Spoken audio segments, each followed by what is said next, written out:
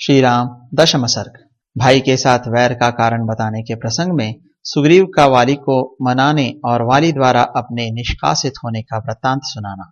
सुग्रीव कहते हैं, तदनंतर क्रोध से आविष्ट तथा विक्षुब्ध होकर आए हुए अपने बड़े भाई को उनके हित की कामना से मैं पुनः प्रसन्न करने की चेष्टा करने लगा। मैंने कहा, अनाथनंदन, सौभाग्य की बात है कि आप सुकुशल लौट आए और वह शत्रु आपके हाथ से मारा गया। मैं आपके बिना अनाथ हो रहा था, अब एकमात्र आप ही मेरे नाथ हैं। यह बहुत सी तिलियों से युक्त तथा उदित हुए पूर्ण चंद्रमा के समान श्वेत छत्र मैं आपके मस्तक पर लगाता और चावर डुलाता हूं, आप इन्हें स्वीकार करें। वानरराज, मैं बहुत दुखी होकर 1 वर्ष तक उस बिल के दरवाजे पर खड़ा रहा। उसके बाद बिल के भीतर से खून की धारा निकली। द्वार पर वह रक्त देखकर मेरा हृदय शोक से उद्विग्न हो उठा और मेरी सारी इंद्रियां अत्यंत व्याकुल हो गईं। तब उस बिल के द्वार को एक पर्वत शिखर से ढककर मैं उस स्थान से हट गया और पुनः किष्किंधापुरी में चला आया।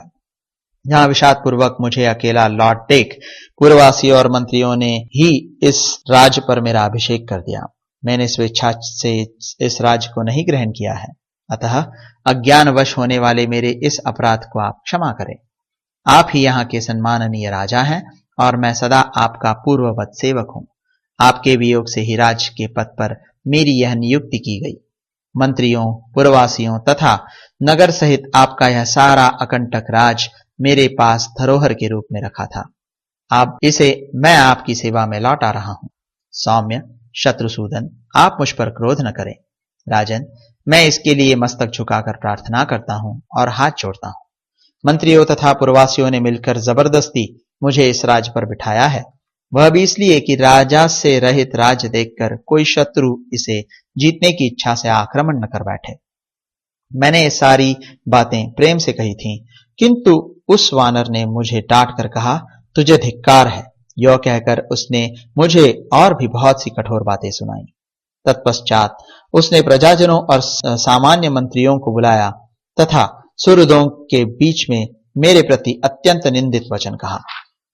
वह बोला, आप लोगों को मालूम होगा कि एक दिन रात में मेरे साथ युद्ध करने की इच्छा से मायावी नामक महान असुर यहां आया था। उसने क्रोध में भरकर पहले मुझे युद्ध के लिए ललकारा। उसकी वह ललकार सुनकर मैं राजभवन से निकल पड़ा। उस समय यह क्रूर स्वभाव वाला मेरा भाई भी तुरंत ही मेरे पीछे पीछे आया।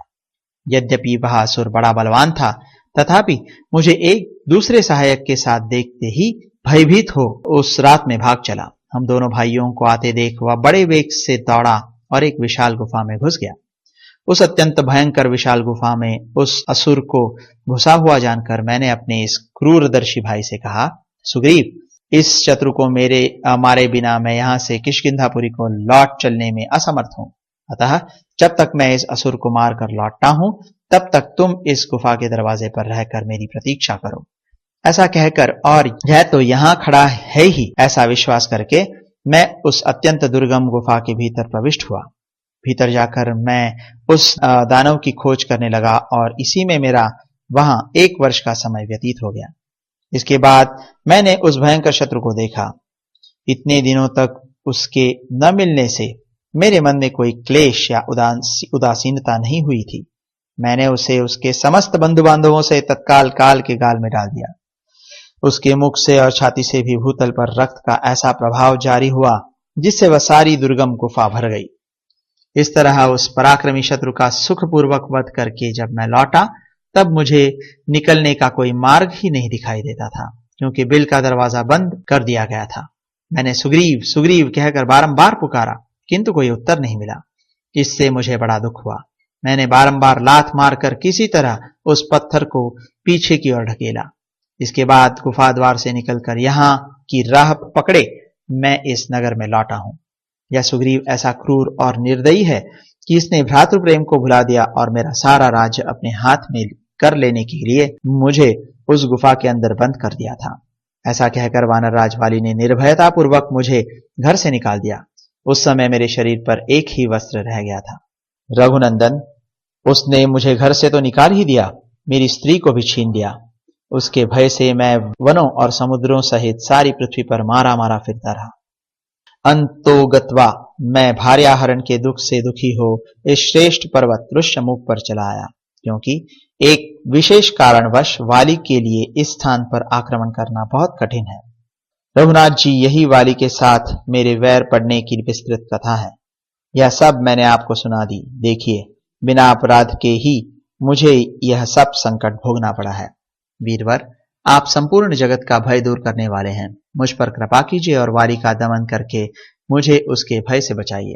सुग्रीव के ऐसा कहने पर धर्म के ज्ञाता परम तेजस्वी श्री रामचंद्र जी ने उनसे हंसते हुए से यह धर्मयुक्त वचन कहना आरंभ किया। मित्र, ये मेरे सूर्य के समान तेजस्वी तीखे बाण अमोघ हैं, जो दुराचारी वाली पर रोष पूर्वक पड़ेंगे। जब तक तुम्हारी भार्या का अपहरण करने वाले उस वानर को मैं अपने सामने नहीं देखता हूं, तब तक सदाचार को कलंकित करने वाला वह पापात्मा वाली जीवन धारण कर ले। मैं अपने ही अनुमान से समझता हूं कि तुम शोक के समुद्र में डूबे हुए हो। मैं तुम्हारा उद्धार करूंगा। तुम अपनी पत्नी तथा विशाल राज्य को भी अवश्य प्राप्त कर लोगे। श्री राम का यह वचन हर्ष और पुरुषार्थ को बढ़ाने वाला था।